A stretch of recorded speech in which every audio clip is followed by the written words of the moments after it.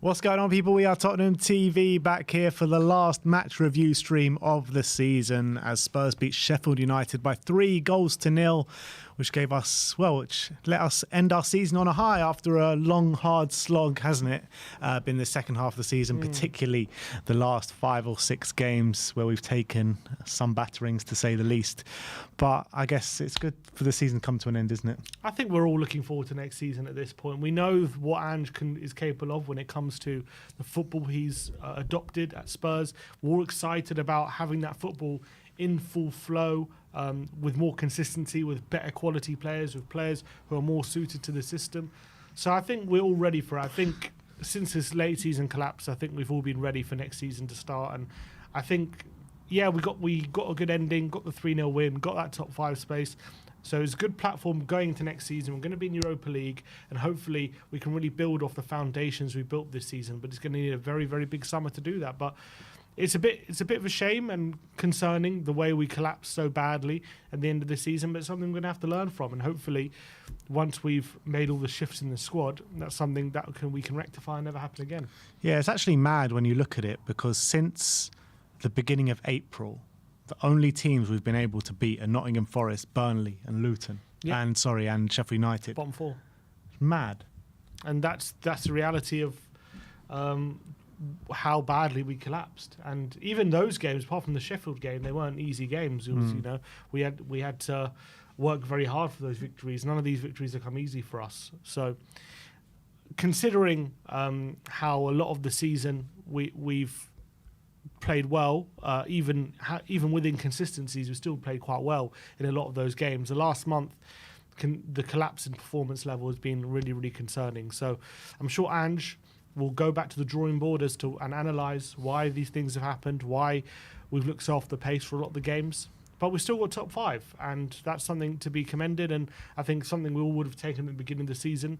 So we knew that there was going to be difficulties this season. It's just a shame that it came at the end of the season, but we'll have to learn from them and kind of figure out why it happened. Yeah, talking specifically about this one, interesting lineup. He went for Decky in the number 9, which I thought worked really well, to be fair.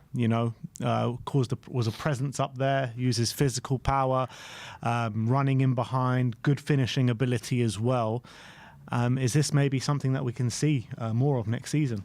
Yeah, it's a shame that it only happened at the end of the season, because I would like to have known in the last few games how it would have gone if he would have played that position a bit more consistently, because not only was he a bit of a threat in behind, and obviously he got the goal, his first goal, with a really nice run to the left and a really good finish across the face of goal. But what I really liked his performance was when he was taking the ball into feet, his ability to protect the ball and make something of it, and not just give the ball away easily and or easily be muscled off the ball, which is a problem Son has had when he's played central, and Richarlison just gives the ball away way too easily when he plays central.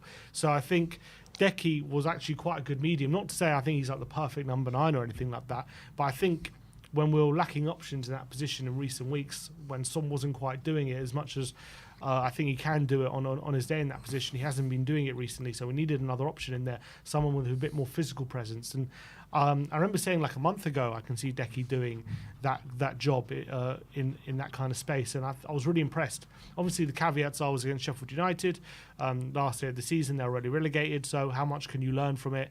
I think it's a valid question, but obviously, he had the cameo against Man City as well, where he was giving them a lot of trouble with his physicality nonetheless, where a few times it looked like the Man City defender was going to be favourite for the ball and Decky would get there first using his physical attributes.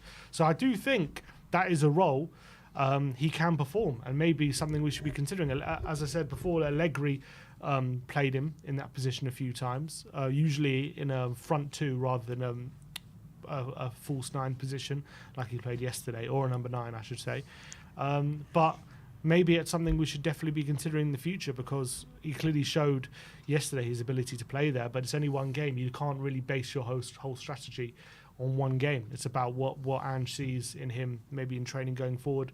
Because surely it's something he would have considered before. I do wonder why he's only waited till now to do it. Yeah, but you can say the same thing as Mickey van de Ven at left back. Why did he not try that one before, where he's played left back before, and we were struggling after Destiny Udogie went out. Emerson came in, Skip came in, and then he tried Van de Ven. I mean, it didn't really make much sense to me with that either. But the difference is, like, Van de Ven was playing well in his role. So, like, Kulusevski was kind of inconsistent. We didn't have anyone up front. I guess, yeah, it's a similar thing, but he explained Van de Ven reason for, like, fitness reasons. I don't know if Decky's the same reason. Yeah, I mean, look, there might be varied of different reasons for it, but you could clearly see throughout the whole season he wasn't willing to try something new. And then as soon as the last two games hit, he was willing to try all these different things. Pape Matar, rotating into the false nine. Like, when did we ever think that was going to happen? James Maddison in the false nine as well. So you're looking at all these different options that he's tried in the last two games of the season. You're sitting there thinking, like, why has he not tried a lot of these things throughout the course of the season, particularly when we were going through those mad injury problems at stages, like I said, at the latter stage when Destiny Udogie was out injured. But look, when we're talking about Decky specifically in the number 9, I don't think it's the answer for us moving forward. But what it does give us, it gives us an extra option when we want to change things late in games, when we want to, combat and specifically change things to particular teams that we're playing against. It gives us a physical option up there. You never know who we're going to bring on or bring in the number 9 in the summer, but it does give us something to move to or something to change to when we're struggling sometimes. And I think that in that false 9 position where he's able to drop into midfield as well and like almost be like an extra midfielder, I think it will allow us in some games to dominate possession even more. And a bit like against Man City, how we were able to keep the ball against such a good side. Having Decky in that position, I think, can help us in those kind of games potentially as well. Because him dropping deep is going to add an extra body. And because he's so good at protecting the ball, he can pass, he can move, he's good at quick interchanges as well. I think it's a promising position, but obviously you can't say he's going to be our number 9 now, or even an option. Like, it can't even be our backup number 9 based off one game. So that's the difficulty. So I like him. Obviously, that's another reason why I think we should definitely be keeping someone like Decky around, because he's so versatile, can fill in other different positions and do all of them to quite a high standard, in my opinion. So I think that was really promising. And obviously the 2 goals he scored, really strikers finishes. The first one, really great finish, kissing the post on the way. Particularly the first one, yeah. And I thought the second one, I think, showed his predatory instincts, running across his defender, opening up his body, getting his right foot on it. And that was a real striker's finish as well. So I think 2 really promising moments. But I think it is a position we should see him more often, in my opinion. When the game started, it kind of started as we've seen Sheffield United start games a lot in previous weeks, where they start strong, they're getting chances, they're being aggressive, they're trying to run in behind, they're catching opponents out.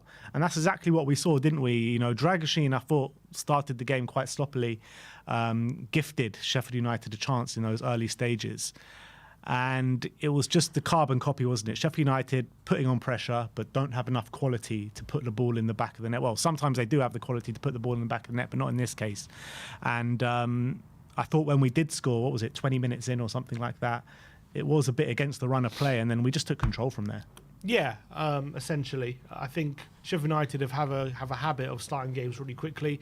I was watching them against, I think it was Forest last week or 2 weeks ago, where they should have been at least 2-3 goals up before Forest got back in the game. But as soon as Forest got that goal, started to show a bit of quality, it was very, very difficult for Sheffield to combat that.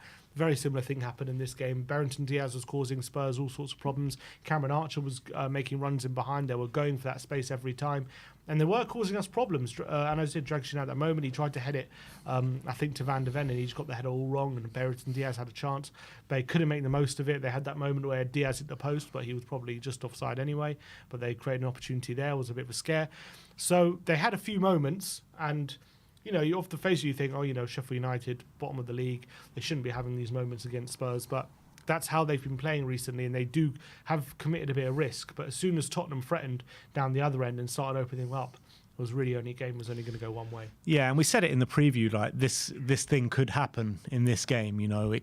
Sheffield United could make all the early running, but once Spurs do get a goal, it happens every time, doesn't it? Sheffield United concede, and then they just open up and part like the Red Sea. And I felt like that was what was happening. You look at the performance from Wes Foderingham. He made some number of good saves throughout the game, didn't he? And we could have scored a lot more than 3 goals on the day. Yeah, Bentancur hit the post. Soddy had forced a brilliant save out of him. I think Decky had another chance apart from his 2 goals. Porro had that effort from 25 yards, which Foderingham had to tip wide. So he was a busy keeper. I think he was absolutely in top form.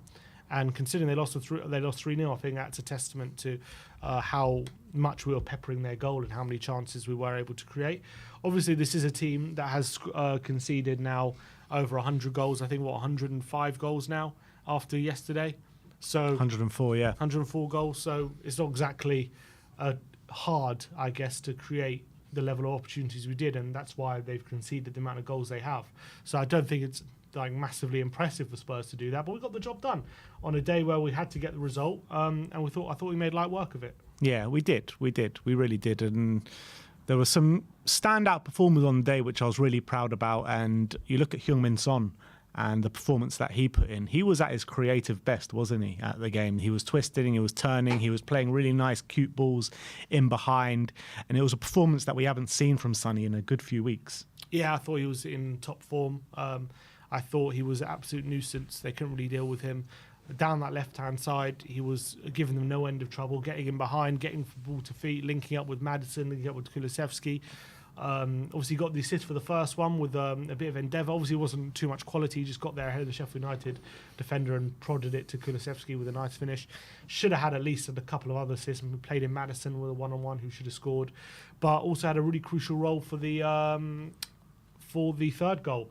Brilliant ball down the line to Maddison, who cut it back for Kulusevski for the goal, and also was heavily involved in the second goal as well, getting to the byline, cutting it back for Maddison, who had the shot blocked, and then it fell to Van der Ven, who forced a save out of Foderingham, and it fell to Porro, who scored. So had a role to play in all 3 goals, was non-stop getting in on the act, and they really struggled to deal with him. Yeah, and it wasn't just him at his creative best, but I thought James Maddison as well put in a really good display. And we've been talking about Maddison over the past few weeks, saying we can see him slowly getting to grips with maybe close or not close to, but getting closer to the levels that we saw him at the beginning of the season. I think yesterday was another example of that. I think he made 5 key passes throughout the time that he was on the pitch. I mean, how many minutes did he play? 88 minutes that he was on the pitch. Should have scored. I think that's the second time we've seen him in a couple of weeks go through on goal and fluff his lines. Similar position as well. Yeah, very similar chance. So apart from that, I thought he was really good and really hard to deal with. And he got an assist for Decky's goal, really good running behind and cut back to Decky. Yeah, I thought he was really in top form. I thought he was really solid. I think he'll be disappointed he didn't do more on the day, but just because of the chances he created and the chances he had himself. So he'll be disappointed maybe not to have got on the score sheet. But I thought it was a really good display. And it was an easy day for him. He was given all the space he needed, and he made them pay. Yeah, absolutely. And Dragoshin comes in at left centre-back the way he started the last game. And I think he was nervy early on, wasn't he, Dragoshin, with a bad header that I can't remember who it was in. Was it Ben Berrington Diaz at the back post? But apart from that, I thought he grew. I thought he grew into the game massively, and I thought he played a vital role. What I was really pleased about was the way he was protecting Vicario from set pieces. He didn't take any shit like we've seen our players take throughout the course of the season, particularly in the early stages of that second half of the season. And he showed his ability on the ball, and he showed that he can charge up the pitch and actually contribute to attacks as well. Yeah, he seemed very confident on the ball. He's actually his ball carrying was quite good. I think his passing is still a work in progress, but it was decent. I thought he didn't make too many mistakes apart from that one header right at the beginning of the game. I thought it was a fairly simple game for him after the opening 20 minutes, where they were looking to get him behind him. After that, it was a simple game. He bullied Diaz after that period, and I thought last couple of games, hopefully he's given him a real confidence booster, because obviously he had that game against Fulham where he made his first start, very disappointing. He then came in against Luton, where I didn't think he was particularly impressive. A lot of people thought he was, but I didn't. I was a bit concerned about him. But his last two performances against Man City, where he was really strong, and in this one, hopefully he's given him a bit of confidence going into next season. And obviously next season he will be getting a lot more game time with European football coming, so I expect to see a lot of better from Dragoshin, and a lot of improvements as well. Yeah, because we saw a lot of fans question Dragoshin after the first couple of games that he played for us, particularly the game you were talking about against Fulham, where he was poor and looked really uncomfortable on the left-hand side of the back, on the back two. But I think these last two performances have really proven to the Spurs fans, proven to us, proven to himself that he can do that role, and he can step in when needed. Yeah, and also I'd assume next season, if we do sign another left centre-back, he'll move back to his more preferred right-hand side as well. You've got to remember, he's been playing on the left, which he's not as comfortable with, I don't think. So I really think that's going to stand him in good stead for next season, having played that role, being a bit uncomfortable, and it's going to allow him to have more strings to his bow. So I'm excited about the future for Dragoshin. He's still only 21 years of age. He's still very, very young. Yeah, and it's mad to think that he's that age when you look at him, because he's a beast, isn't he? He's an absolute beast, and we need more players to take a leaf out of his book, the way he was kind of trying to defend Vicario from those set pieces, because we just haven't seen enough of that this season. And when you look at other teams and the way they defend their set pieces, they always seem to have that one player that seems to protect the goalkeeper, and we haven't really had that. Yeah. So it's great to see him do that. But when he doesn't start, someone else needs to take up that mantle for sure. Man of the match for me, I wouldn't go for Decky, actually. I'd probably go for Pedro Porro. Brilliant performance. Yeah, it was against Sheffield United. You've got to put that caveat in there. But he was at his creative best as well. Amazing cross for Coutinho Romero, where he should have slotted it home.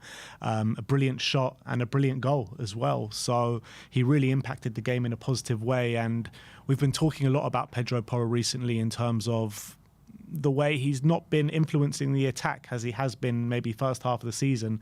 But yesterday he was right back at it. Yeah, at his attacking best, it was a very, very good display from Porro. Every time he got forward, he looked like he was going to make the difference. We know what quality he's got. That's now, I think, 10 goal contributions this season from right back, which is very, very impressive. That's up there. I think the most out of any fullback for goal contributions this season. So, along with Kieran Trippier. So I think that goes to show his level of output, how much he's improving consistently, and obviously defensively he has improved throughout the whole season. A much different defender than he was last season, so I'm really delighted with Porro. I think he's established himself now as one of the top fullbacks in the league, and I think he's going to go from strength to strength. Yeah, totally agree. I mean, like we keep saying, you can't really learn too much against the Sheffield United side that's already relegated, that's conceded as many goals as they have. It was just nice to finish off with 3 points, because we've been, we haven't won. We beat Burnley, but it is worrying that we can only beat these kind of relegated sides. That is the worry. And hopefully Ange can rectify that, bring in the players that we need over the summer. But no one can tell you why we've had this end of season collapse like we have. Yeah, it's a bit worrying. It's not necessarily the results, as I say, that worries me. It's more how we've played in these games, especially the Newcastle game, Chelsea game, Liverpool for 70 minutes anyway. We've completely collapsed in these games and haven't shown anywhere near the football we know we can play. The aggression off the ball, way too easy to play against, and it's very disappointing, because obviously if we would have got one result, we could have easily got that top 4 spot, which was definitely there for the taking. With Villa's also poor results late in the season, so we're only of ourselves to blame. Ange will have to take stock about why it has happened, and he'll have to analyse exactly what was to blame, what players are not fully invested in this project, who he needs out the door to get this right. And it's gonna need a lot of analysis. It's gonna need a lot of work. I'm sure he can get it right. The main thing is everyone's still behind him. The club need to back him, and we need to make sure we get as much change this summer as possible, so we can start going in the right direction. But the way we collapsed in the second half of the season is definitely a concern, and the fact that that's what we're going into next season with, rather than solid foundations. Like for example, Chelsea going to next season with 5 wins on the trot, looking really good. Everyone seems to be in good spirits, and you can take that momentum into next season. We're in a different kind of way, so we're going to have to completely flip it when we start the season next season, and I hope that we can kind of change the narrative, because I really hope Ange doesn't get off to a bad start to the season, because all of a sudden I can see the pressure starting to build on him a bit. If he does. But look, for me, even if he does get off to a bad start to the season, we still got to stick with it. I know maybe questions will start with the hierarchy and stuff like that, but we have to stick with him. We have to see a project through once and for all without cutting it short early. We've seen with previous projects with other teams, it can take a good 2-3 seasons to get to where you want to be, or get to signs of showing where you want to be, right? So even if it starts slow next season, we have to stick with it. We just have to see it through. 100%. And that's the reality of it. But, you say one win would have got us Champions League. You regret that Man City result at all? No, I regret all the other results. Yeah, exactly. No, that's the only one I don't regret. You know what I mean? Like, everyone goes, oh, if you would have beaten Man City, you would have got top 4. But then nobody mentions all the other games that we lost, like 5 losses on the bounce, 4 losses on the bounce. You know what I mean? Like, no one mentions that. I look back at that period, obviously, just after the Chelsea game, and we should have won at least one of those games where we were really actually playing well, on top of the opposition, going 1-0 up in all those games, and unfortunately we ended up losing a lot of them. I think 4 losses on the trot on that occasion. So that's really disappointing.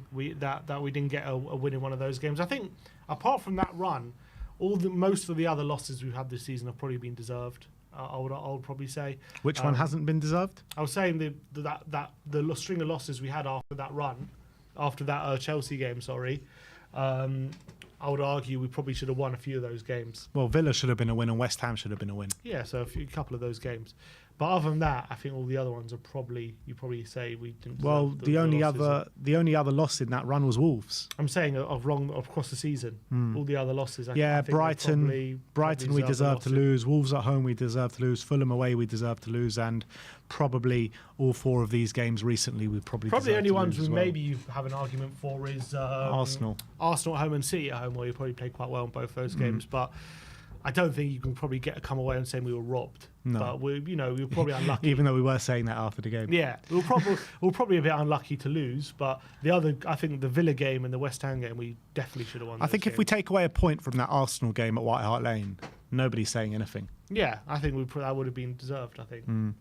So I think the foundations of there. I think we definitely could have got top 4 this season but unfortunately the collapse happened and we didn't do it. But I do think Ange is building something really positive. I really believe that at the start of next season, if we have the players out the door that we need to get out, and we get a few really key additions to this team, I think there's the foundations of a really good team here.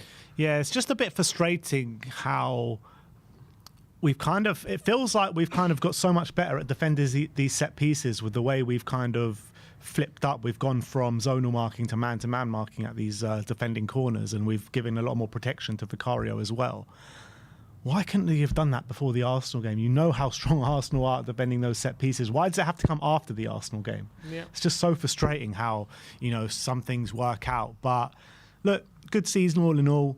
Finished 5th. Back in Europa League, back in European football, and we kick on from there. We just got to look onwards instead of backwards now. And Ange was talking in the press conference, wasn't he? And they were trying to get a bite out of him, get a sound bite out of him. They said, is there anything that you learned over the season? And he thought about his answer. He thought about what he was going to say, and he was like, "No, I'm going to move on from this now."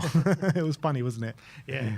But I'm sure Ange has got a lot of takeaways in terms of what players are ready for this system, what players are really bought into what he wants to do, and what players haven't.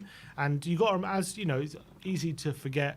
It's only his first season. He had to really take a good look at all these players and really make a lot of judgments. He's now had that time, a bit like Pochettino in his first season. In his first season, he had to play the likes of Kabul and Capu and Adebayor and Lennon and all these players who just weren't fit, but he had to play them because they're part of the squad.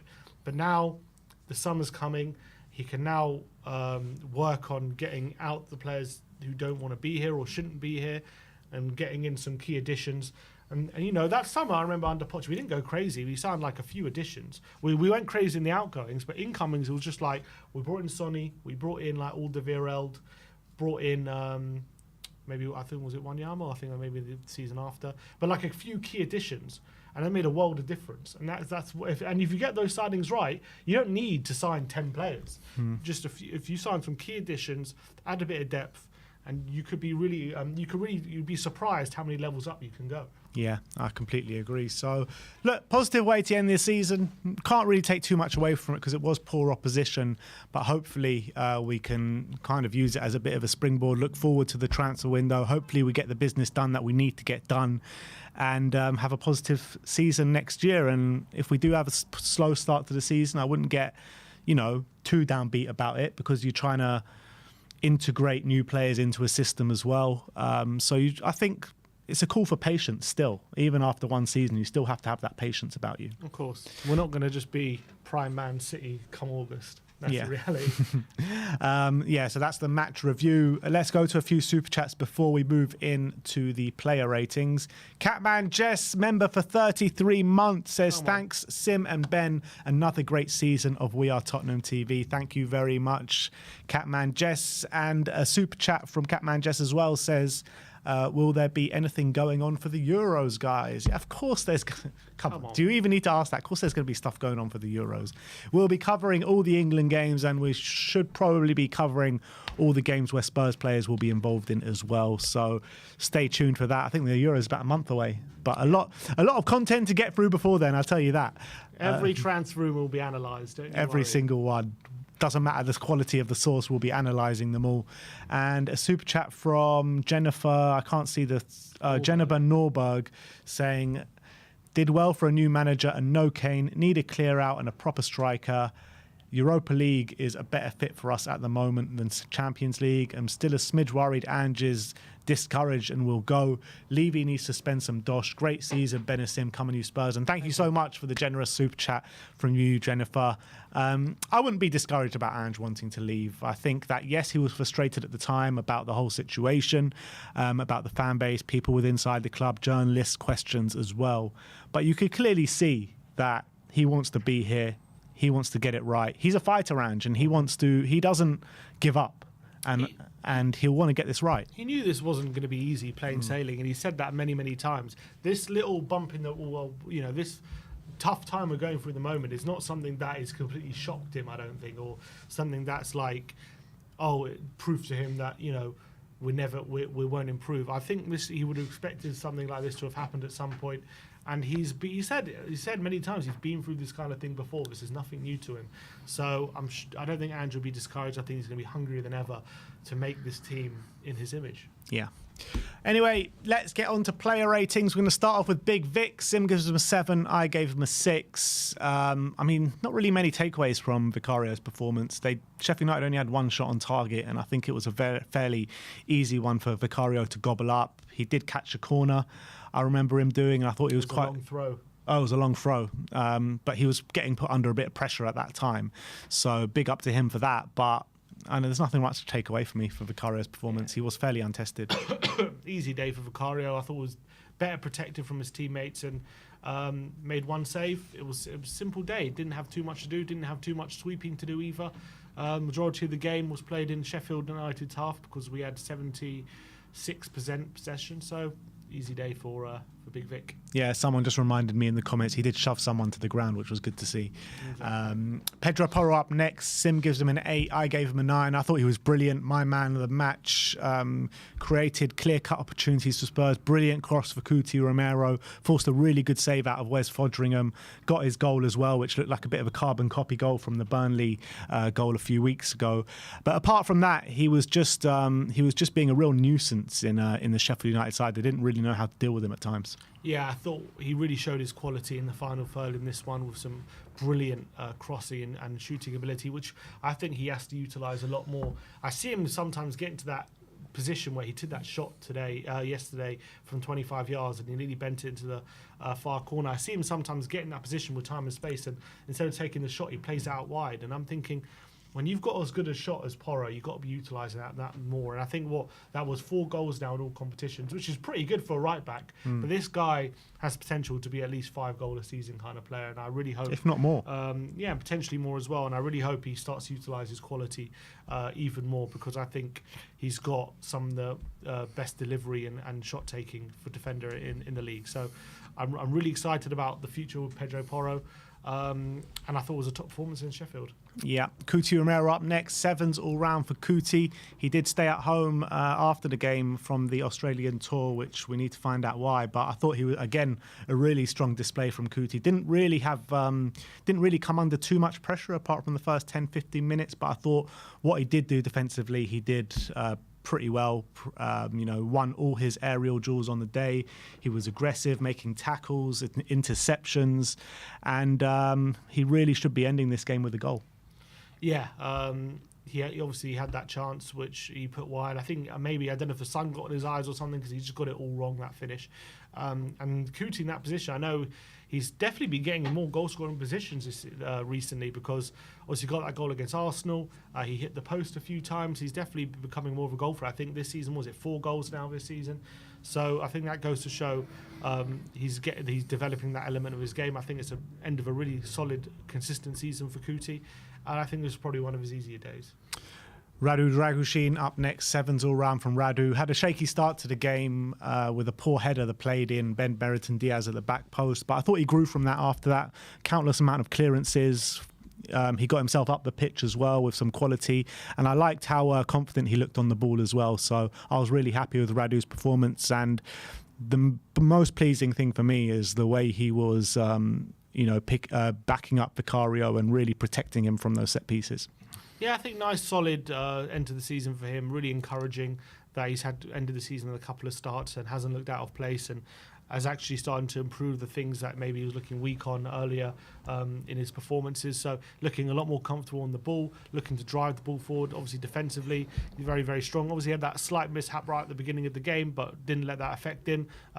He kept going, and I thought ended up with a pretty solid performance. Mickey van der Ven at left back once again, sevens all round for us. I thought defended well, got up the pitch on the other end and can't remember if it was actually an assist, but he was very heavily involved in one of the goals that we did score with some quality. So look, I thought every time he plays, he fills you with so much confidence, doesn't he? And with his physicality, with his pace, with his strength, I just love watching this man play. 100%. It was the first goal you're talking about. He wins the ball really high up the pitch on the touchline, keeps the ball in as well, and plays it into Sonny, who obviously played for Tadeki, which we scored. So that was a good piece of play from him. Obviously, didn't find himself in too many times by the byline, getting in those kind of positions that maybe Udogie would have got in more often. But you just feel so secure at the back where he's playing left back or centre back. You know that he's like just an extra protection. He's like a safety blanket, isn't he? So I thought he played really well. Wasn't like I think it wasn't like a top performance, but was really, really solid, and again showed he's capable of playing that position. Pape Matar up next, sevens all round for Pape, and I was pleased with his performance. I don't think he did anything spectacularly well, but what he does do is cover so much ground on the pitch, help our midfield take control of the game, and also of recent weeks in the past, probably the past month or so, or maybe a bit longer, he's been losing the ball and being a bit sloppy on the ball in certain situations, and I thought he kind of eradicated that mostly out of his game yesterday. So he did everything that he was called upon quite well. Yeah, I think it was a solid game. Didn't do too many things wrong, but I don't think he did anything special. Wasn't really doing too much in the final third. I think he was doing well, just making sure that Tottenham sustained the pressure on Sheffield United and making sure he was always in the right position to win the ball back. I think it was a solid display. Wasn't one of his best, but didn't do too much wrong. Bentancur up next, sevens all round for Rodrigo. Again, he's starting to get his fitness back. I think you can clearly see that. I think he was really aggressive and really combative in the middle of the park, winning all his duels on the ground and in the air. Could have had a goal on another day as well, where he hits the post with a really nice guided finish, wasn't it? That just about hit the post. So yeah, good display from Rodrigo, and I'm liking the way he's progressing now in his fitness. Yeah, good end to the season for him, and I think a nice performance in this number 6 position, which he's played now a few times this season, but I think this was probably one of his better performances in that position, albeit against very weak opposition. What I like about him in that position is if he doesn't have to take a touch, he won't, and if he can see a first-time pass into a player in a good position to progress the ball, he'll do it. Whereas I feel like sometimes Bissouma whenever he gets the ball, he always has to take a few touches before releasing it, and that's what I liked from Bentacle's performance, that assuredness he had. As you say, he had that really nice effort from 25 yards where he culled it along the floor, hits the inside of the post, and very nearly got on the goal score sheet as well. So a nice solid ending, and hopefully next season we'll start to see the very best of him. We go on to James Maddison next. Him gives him a 7. I gave him an 8, and I actually felt like this was probably his best display since coming back from his injury. We've been impressed with his uptick in performances in recent weeks. I still don't think it's maybe as good as the first 10 games, as I keep saying every week, but what he did do was consistently create chances. I think it was 5 key passes throughout the game. Again, a bit like Cuti Romero, should have had a goal when Sonny plays him through on goal. He goes one-on-one, a bit like a carbon copy of the last chance that he did have in the last game, which shows a bit of rust in front of goal. But I did think he was really creative and helped the team out massively. Yeah, I think he had a really good game, and I think every time he got the ball, he was a threat. He'll be a bit disappointed because he got in a couple of really good goal-scoring positions and didn't take full advantage of it. There was one where he's played in by Son, and his shot was comfortably saved by Foderingham. The other one where Son gets a cutback to him and his shot is blocked in it. This one led to the second goal, so he won't be too disappointed. But he did get an assist on the day, really good cutback for Kulusevski to finish, really good run from Maddison, and I thought he was causing him no end of trouble with the chances he was creating as well. So nice final performance for Madders. Brennan Johnson, 6s all round. Another one that should have had a goal on the day. He probably missed the biggest chance of them all. It seemed like a bit of an open goal at the time where he puts it wide. But yeah, I was a bit disappointed with Brennan, to be honest, because when you're looking at opposition like Sheffield United, you should really be in his position, taking the game by the scruff of the neck, getting good crosses in, getting in many goal-scoring positions and adding a goal contribution to your game. Did he get an assist on the day? He did get an assist, but I mean, that was all Porro with a wonder strike. So I think Brennan will be a bit disappointed, but I think he was anonymous for large parts of that game, but he did grow into it a little bit towards the end. But it's not enough. I want to see Brennan Johnson, put his imprint on games, and he just didn't do that. Yeah, he wasn't his best display on that right-hand side.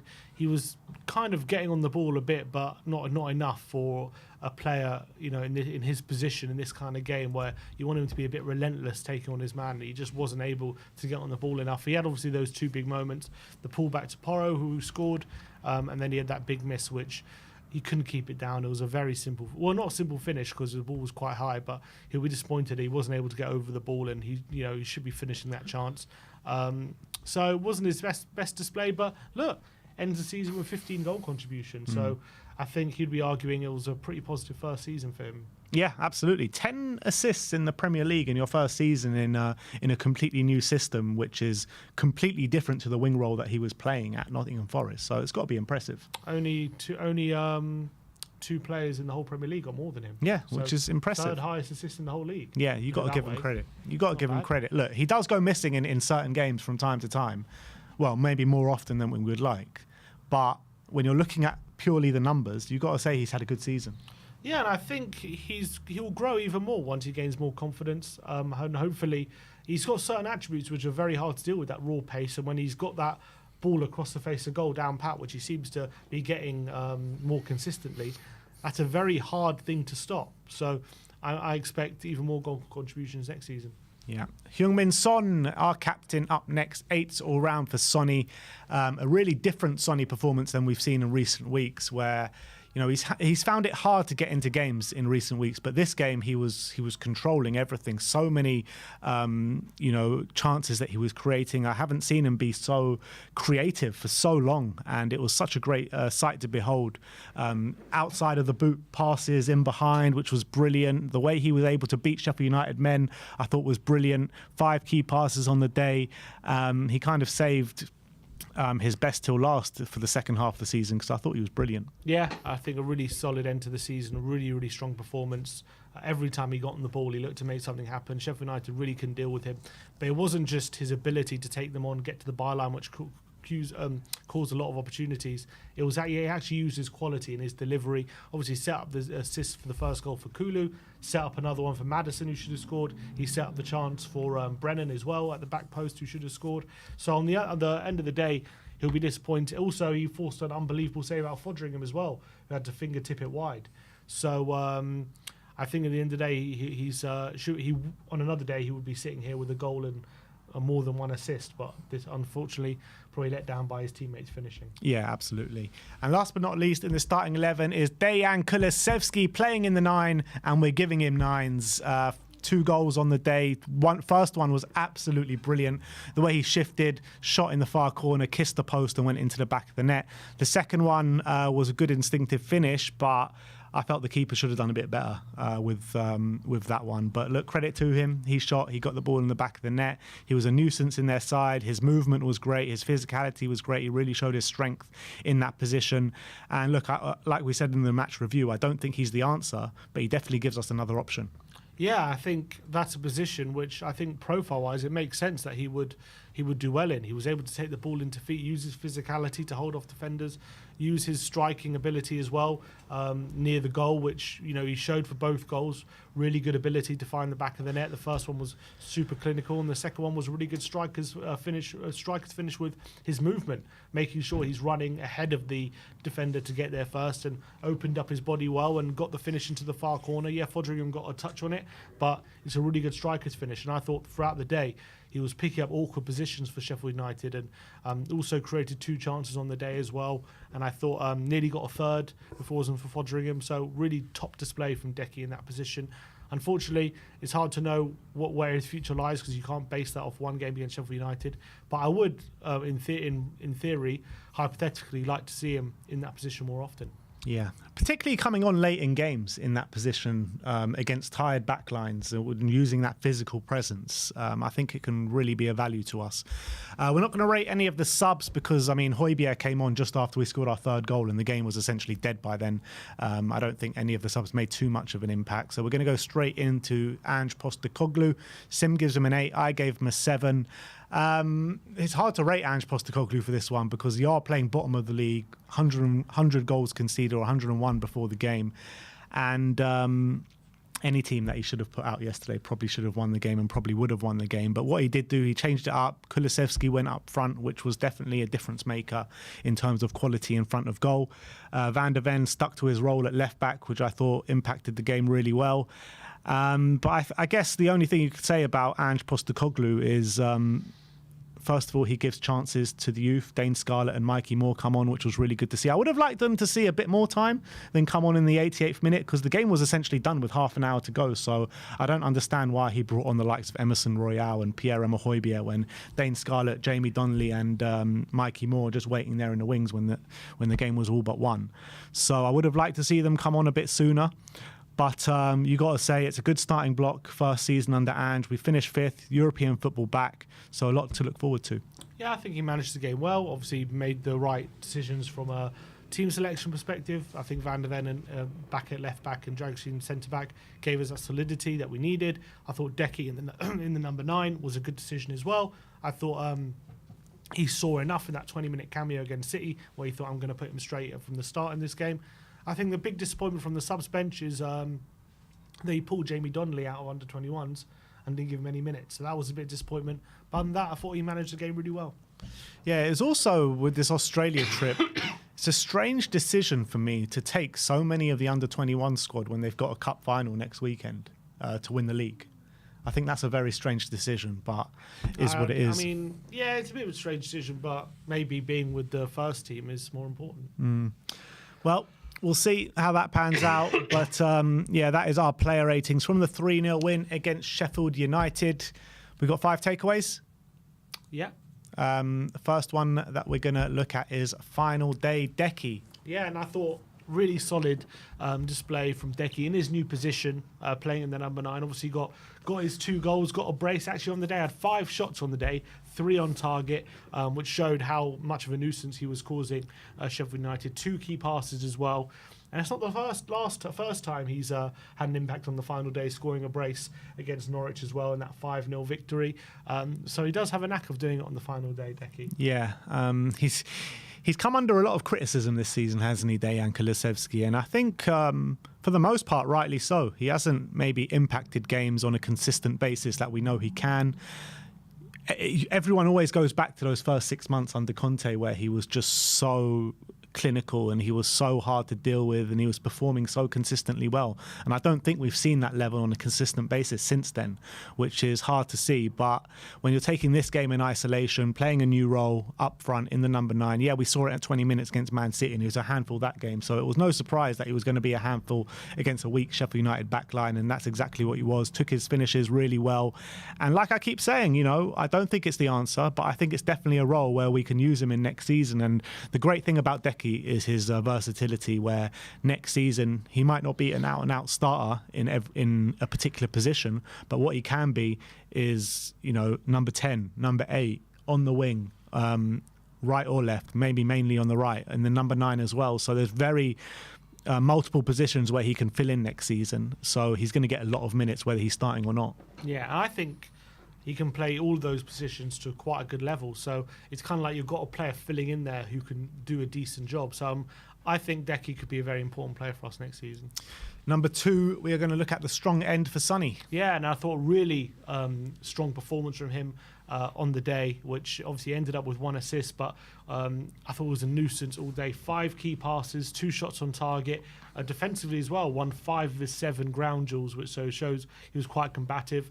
Obviously did get that assist. And in the last 10 games, obviously Spurs haven't had a great time of it, but he's got himself 5 goals and assists, so a goal and assist every other game in his last 10 games. Not maybe the end of the season we would have hoped for, but he's still kept up some sort of standards compared to a lot of the other players. So pretty decent end to the season for Sonny. So what is that? Is that 2 goals, 3 assists? Yeah, 3 goals, 2 assists. 3 goals, 2 assists, yeah.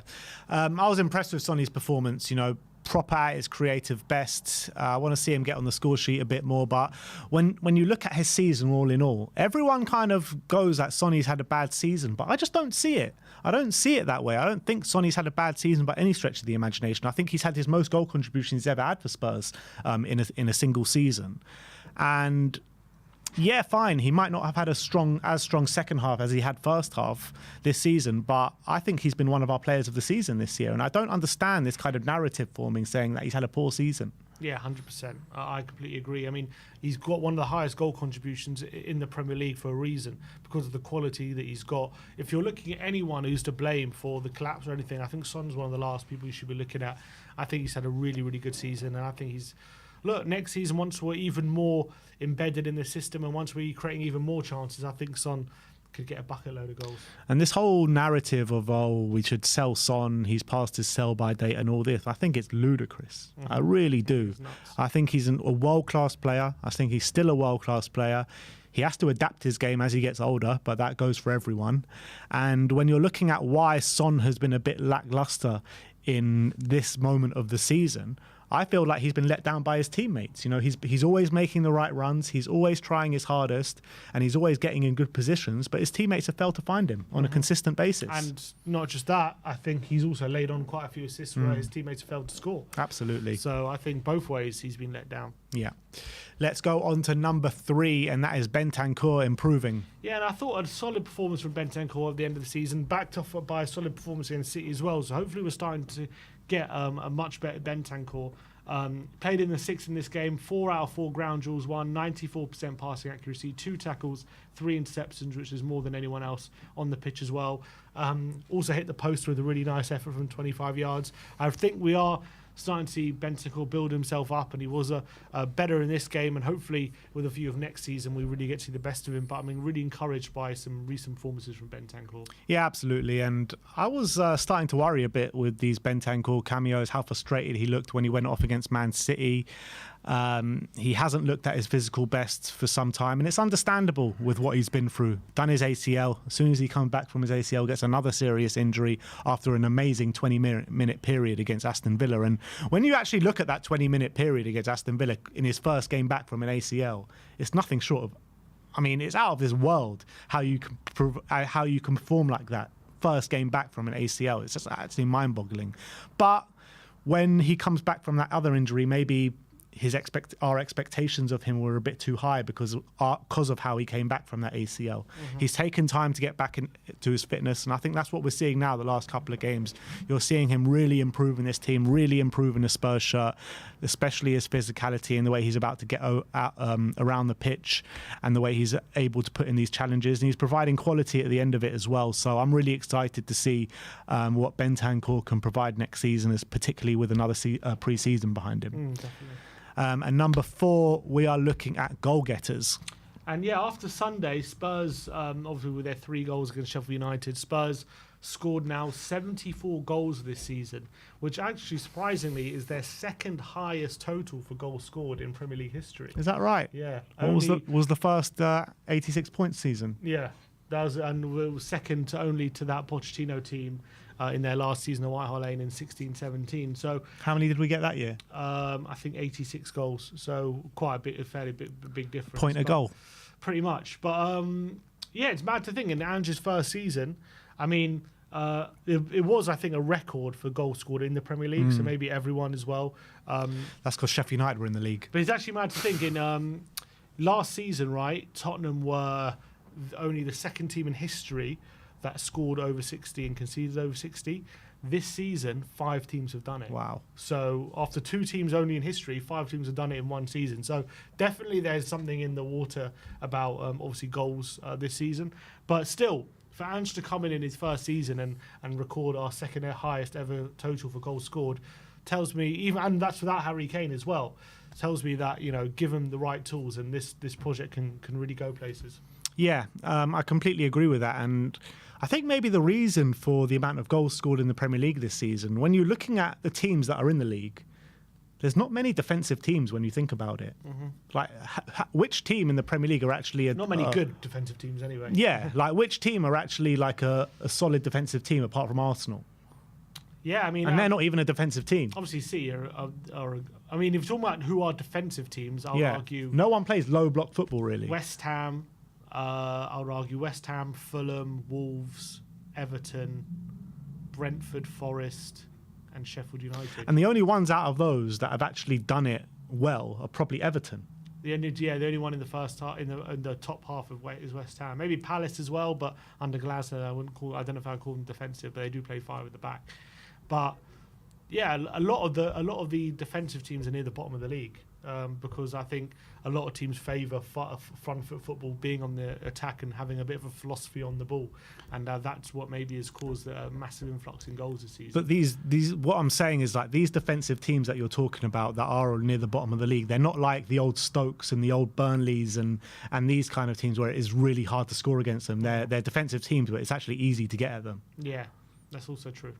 So that's number 4. Let's move on to number 5, and that is Europa League confirmed. Yeah, with that win, that means 5th place is wrapped up. Doesn't matter what happens in the FA Cup final, Spurs will be playing Europa League football next season. Obviously, Chelsea did confirm that 6th place, but they are relying on Man United not winning the FA Cup final to confirm Europa League. And look, it's no surprise that we will be playing in that competition next season after we did lose against Man City, albeit there was an outside chance we could have stumbled. In fact, there's a slight chance we could have stumbled out of Europe together, was there? No, it wasn't, because Newcastle didn't win. So yeah, we're always going to get Europe. It was whether it was going to be Europa or Conference. That's confirmed. But yeah, I mean, I'm excited for Europa League football next season. I just really hope we go deep in that competition and go further than we've ever been, because I think the furthest we've ever been in recent times is the quarterfinals, and that's not good enough for a club like Tottenham. We should be really trying to win that competition and going to the semis, final, and hopefully winning it.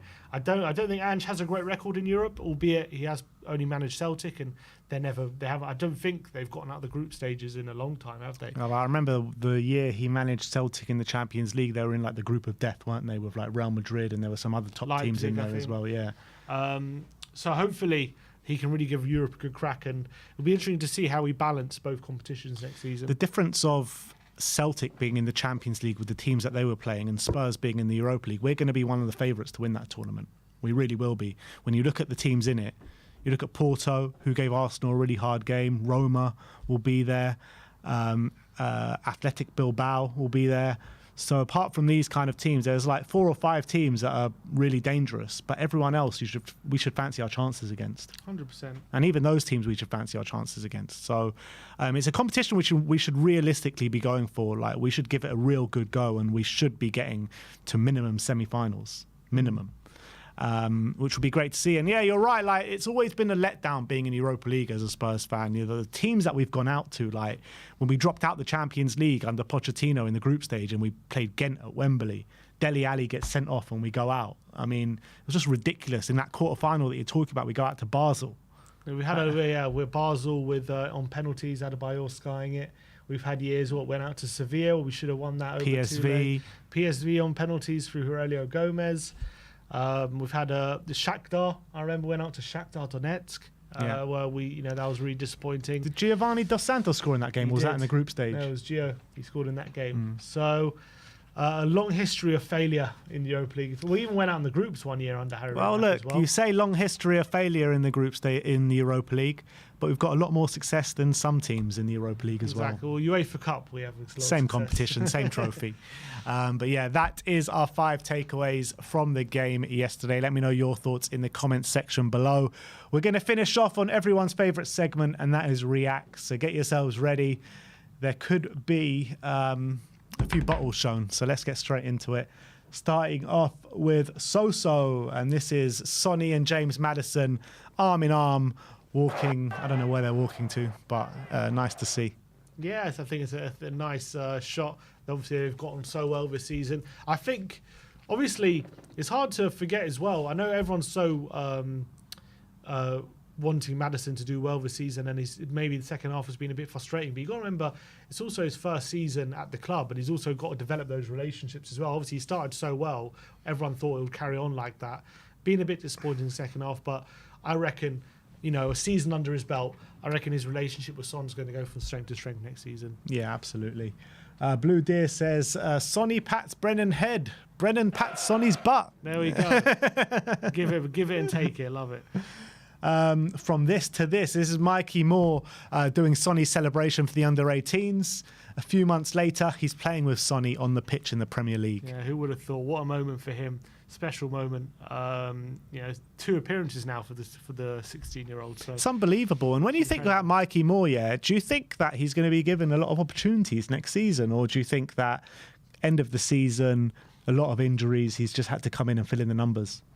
He probably has, but it depends how we see him. Do we really think we might have like another Wayne Rooney on our hands? Who started at 16 and broke into that Everton team, or do we think he might need some loan deals? But look, if we think he's good, if he's that good that he can play in the first team, I would be tempted to keep him around, play him in some Europa League games, and try and get him integrated as quickly as possible. Because if you believe he's that special, then why not try and get him involved as soon as possible? What I would say about Mikey Moore is, I was talking about him after the Man City game, and I was saying that he doesn't look out of place in terms of, his physical shape. But after seeing his cameo in the Sheffield United game, he did get brushed off the ball fairly easily. So I'm not sure if he's physically ready, and it's understandable at the age he's at. Yeah, 16 you shouldn't really be. But Rooney is what I'm saying. Yeah, true. But who knows? A summer in the gym, you never know. Nice one. Sonny says, the captain and manager, no one else I'd rather have lead us into our new era, and I couldn't agree more. Lovely. Yeah, lovely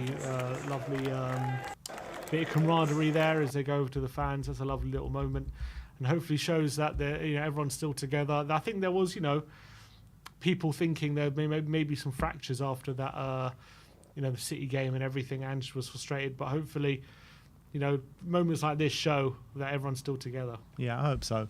Tom Barkley says, progress in nearly every way for Spurs this season. It may have faded in recent weeks, which is disappointing given Champions League was in their grasp. But the bottom line is Ange Postecoglou has had a good first season, given Harry Kane left a day before the season started. And as you can see in these stats between last season and this season, it's an upgrade in every single one. Yeah. And that's obviously very positive. Obviously last season was very bad though. Like, as we ended that season horrifically. Yeah. So we had a chance to really do a lot better than we did last season. Unfortunately, due to that late season collapse, only turned out to be only a bit better than last season. But improvement is still improvement. I think the main metrics, obviously, 6 more points, good. goals scored. There's only 4 more goals, but you got to remember 4 more goals without Harry Kane. So we actually scored more goals without Kane than we did with Kane. So that's good. Goals conceded, it's only 2 less, and we conceded. You know, got to remember that run we had at the end of last season where we 6-1 to Newcastle, 4 against Liverpool, 3 against Brentford. So it's not like we were very good defensively last season, that's for sure. But I guess slight improvement. But look at that, clean sheets. We kept more clean sheets last season than we did this season. Yeah. Maybe mostly down to Conte, I would assume. Probably, because yeah. we were under Conte. But yeah, obviously a much higher average possession as well. I don't look at that stat thinking, oh my God, we're so much better than last season. But we have improved. Progression is progression, as they say. But what's really frustrating for me is that we equalled last year's tally against Nottingham Forest in the beginning of April. Mm-hmm. And at that point, you're thinking, oh, we're going to absolutely smash last year's tally. And it was only 6 points more. Which were Burnley and Sheffield. Yeah. That was the frustrating thing for me. But anyway, moving on. Spurs in the sun on the last day of the season. Yeah, you can't beat Spurs in the sun last day. We can rip anyone to shreds. Except for if it's in St James's Park. Especially if you're already relegated team. Well, actually, yeah. Actually, forget that. Was it sunny that day? I can't Yeah, it was. It was very sunny that day. Oh, dear. This Spain team got battered once or twice. Zara says Sonny and curveball. Yeah, you know what? Sonny's been doing that outside the route pass a lot recently. Yeah. It's something he must have worked on because he's really started to pull it off a lot. And it's really coming into the fore at the moment. Yeah, it really is. Big up to Sonny. Rocco says, I'll always remember that Emerson did this first. Insane influence. Phil Foden taking inspiration from the GOAT, Exactly. is he? He saw Emerson's goal in the opening days. I got to start doing that, Foden. He's like, look at Emerson. Yeah, I can shoot the ball like that. So I think he's definitely taken some lessons from Emerson for sure. Madders THFC saying, whoever tricked the entire Emirates that West Ham equalised, he's a hero. Definitely, that's how we got to treat him. What a hero. I do wonder how that happened. Like, who the hell started that? But do you remember when it happened at Spurs It did all those happen at years Spurs, ago? yeah, When against, were we playing against Newcastle? Or we were fighting Newcastle for top 4? Arsenal were playing Newcastle. Yeah, that was it. And we were playing Sunderland. And there were rumours that Newcastle scored against. I remember I was watching it at home and I was like, oh my God. So I flipped over the channel, it was still 1-0. I was like, what? And it went back, it's like, yeah, it's not. I remember being at that game. So annoying. I was at that game and I was the one celebrating as well. Right. And then, because it was, smartphones were still there, but it wasn't smartphones as you have them now. Yeah. And obviously the reception there was terrible too. So, yeah. But anyway, this one was a lot more funny. Definitely. Ayudi says, shut up, blah, blah, blah, blah, blah. Mickey van der Ven says, closing out with 3 points and a clean sheet. Would like to thank you all for the incredible support this season. And Coutinho Romero says, top, Mickey Mouse. Yeah, absolutely love their relationship. Absolutely brilliant. And hopefully they're going to be our centre-backs for many, many years to come because, look, I think that both of them are absolute class and I can't wait till, like, our way of playing doesn't completely expose them sometimes. For you, who's had a better season, Van der Ven or Kuti? I think when Kuti's like been at his best, he's probably been better than Van der Ven. But I think Van der Ven's had a more consistent kind of high level, like more. Well, again, Romero's had very few bad games, but then I think Van der Ven's maybe had one bad game. Yeah, and Romero's maybe had a handful, I would say. And the one bad game from Kuti was very detrimental to our season. Yeah, it was. And obviously, at the Emirates as well, we didn't, he conceded that own goal, gave away a penalty. Yeah. So I think Van der Ven probably was. I'll probably just about give it to Van der Ven, but I think Romero had a really good season as well. BLTHFC says Kulusevski on the final day away at relegated teams. Yeah, he can't beat him. We need to play a whole season against relegated teams, and Decky will get the Ballon d'Or. That means going down to the Championship. Get Decky a Ballon d'Or.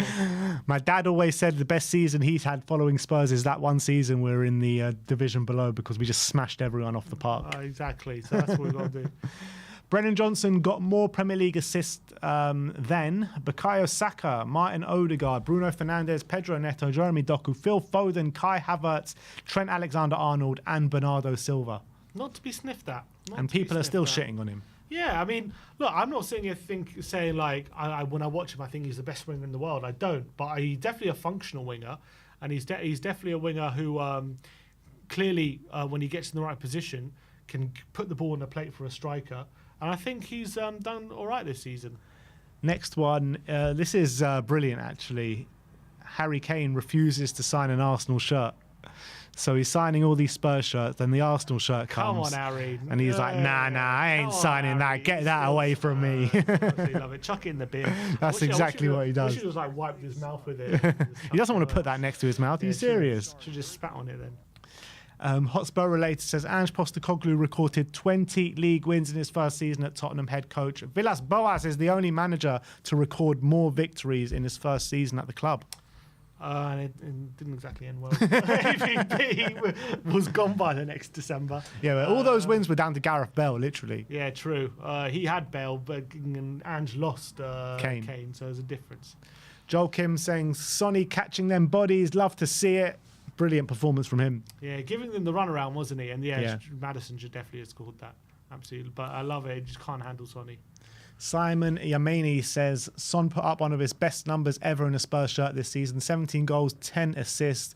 Should tell you how odd the discourse around him has been at times this season. Now imagine how much better it could get as the team improves. World-class player and leader. And this is exactly what I was saying before. Exactly what I was saying. The disrespect on Son's name is just absolutely mad at times. Yeah, I don't get it. It was almost as if like when he has a bad game, it's like, oh, he's aging, blah, blah, blah. But when anyone else has a bad game, it's like, oh, they're not good enough or whatever it is. But like, you got to realise that everyone has bad games, not Son as well. But when you're putting in those kind of numbers, you know, you'd be stupid to let that go out of your team. And Son has been so effective this season, and I think, you know, he's been a great captain as well. First season as captain, and as as Simon says, I think as the team becomes more functional, I think he's going to be central to that. Yeah.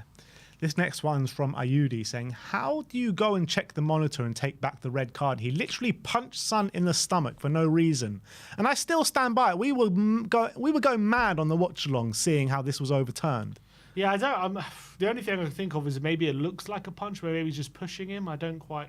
And I think apparently the referee thought he stamped on him, but he didn't stamp on him or something like that. So maybe that's why it got overturned. But no, but come on, like we saw it so clearly when the ref went to look at the monitor. He looked at it from the complete wrong angle. Then if he shows it from that angle, the red card stands. And that looks like a punch to me from that view. It was ridiculous. How can you punch someone like that? But he's not holding his stomach. So that tells me maybe that's not what happened. But you can clearly see a punch there, though. But that's not what's... But maybe it wasn't, because he's not holding his stomach. He looked like he got stamped on. That's why he's holding his leg. I thought it was both. I don't know. Maybe that angle isn't the best angle to judge it from. But from that angle, it looks like he goes for it, goes to hit him in the stomach there. Yeah. But maybe it looks worse, because maybe he's like trying to get ahead of him and he just puts his arm there. I don't know. They did end up overturning it. It looked very odd to me, but Son didn't seem to complain too much about it. True.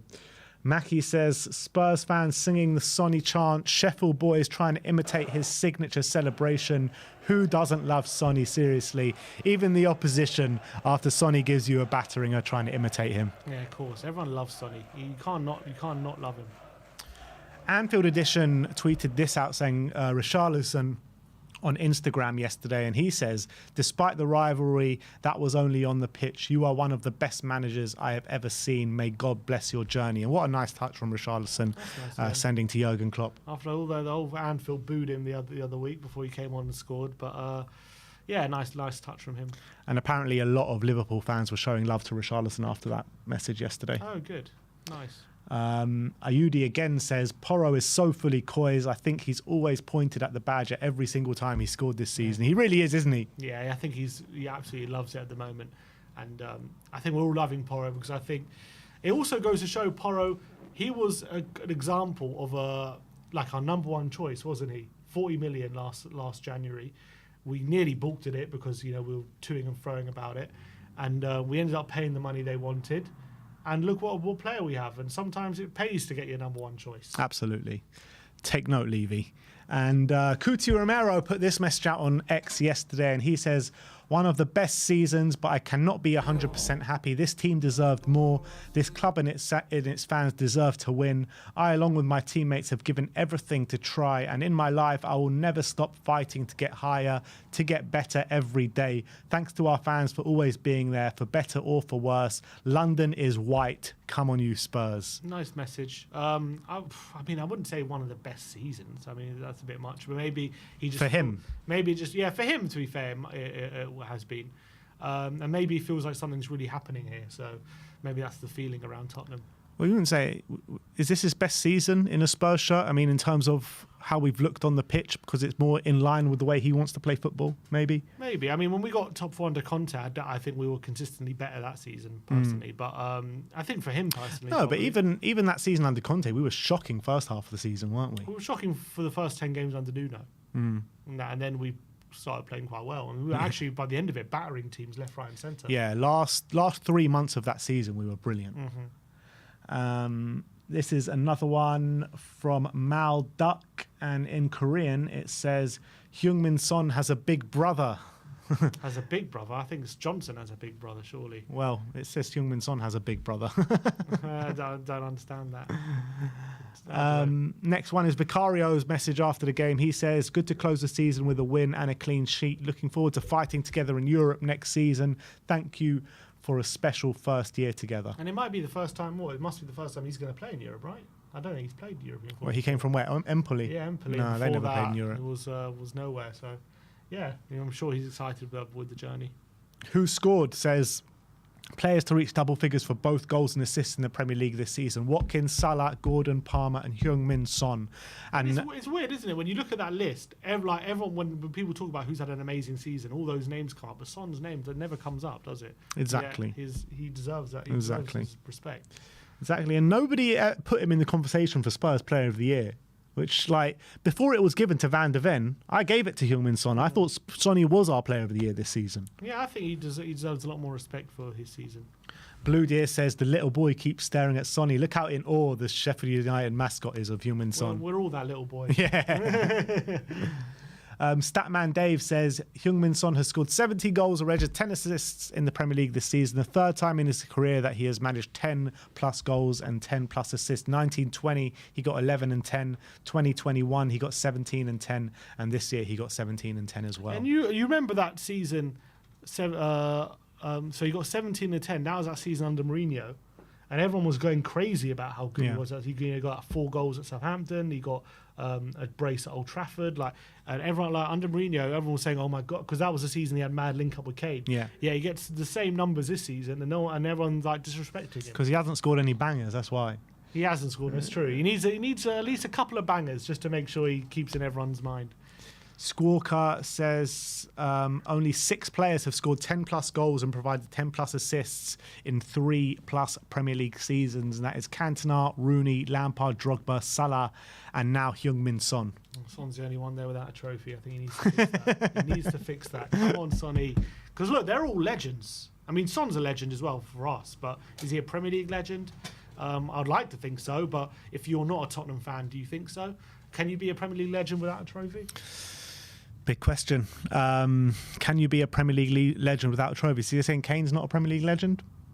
He should be. For me, he is. But if you're not a Tottenham fan, I guess you can be. Why not? But I guess we only use that for Tottenham. Is there any? Can you think of a non-tottenham player who's a legend without a trophy? No. Letizia, maybe that's the only. It's only Tottenham. It's only Tottenham. It's only counts for Tottenham, exactly. Let me know in the chat. Let me know. Anyone who's a legend without a trophy is not a Tottenham player. Cho says another season completed in Lily White, and this is Dane Scarlett and Mikey Moore coming on for Heung-min Son. Yeah, lovely moment that was for those boys, and hopefully it won't be the last time we see them in a Spurs shirt. Yeah, Football Tweet says Arsenal fans mistakenly thought West Ham scored and equalised against Manchester City, and just just inject that into my veins. These pictures, inject them. Look at the happiness for believing something that just completely didn't happen. Absolutely love it. The next tweet as well gives you more pictures of it. Got someone crying. They're crying of happiness. And look at that guy on the left, he's doing the irons thing. Oh my God. How embarrassing that you actually do the irons thing when they haven't scored. In fact, they're letting you down hard. And the funny thing about it is that Arsenal fan is doing the irons, and then at the end of the game, the West Ham fans, what they were singing, we're all having a party when Arsenal fucked it up, and they were singing Are you watching Declan Rice? Brilliant. Absolutely brilliant. But no one says anything about the West Ham fans, though, and how embarrassing they are. It's just Spurs fans that they want to pick at. Fever says, Sonny's pass is amazing. Yeah, we've looked at that already, but it was an amazing pass. We'll go down to Jesse Payneman, says Kulusevski whenever he plays against Sheffield United. Yeah, that's 3 goals against Sheffield United this season. Great last-minute winner in the earlier game as well. And obviously 2 with his right as well. Yeah, true. 2 with his right, man. Maybe he becomes right-footed against Sheffield United. Not bad. Tottenham Hotspur tweeted out just with a shooting star emoji with Dane Scarlett and Mikey Moore. Lovely. Kieran tweets out Porro's celebration saying just inject that. Every time Porro scores, it just brings a smile to my face, not just because of the goal, just because of how happy and how fully poised he actually is. Again, what a beautiful pass by Sonny.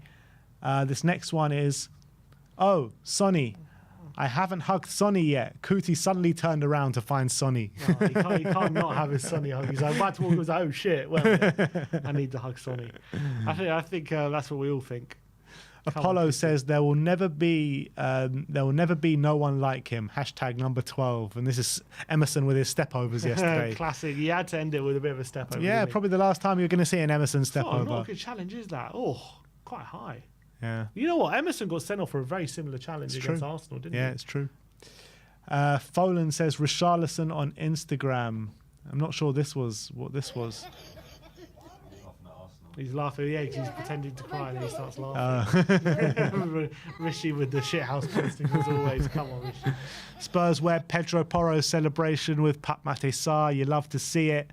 StatMuse says defenders with 10 plus goals and assists in the Premier League this season, Kieran Trippier and Pedro Porro, and that is the list. Yeah, and that's what a solid season Pedro Porro has had, and I think he's going to get even more next season. Is that a handing over of the changing of the guards for the best fullback in the Premier League? Exactly, Trippier handing over to Porro.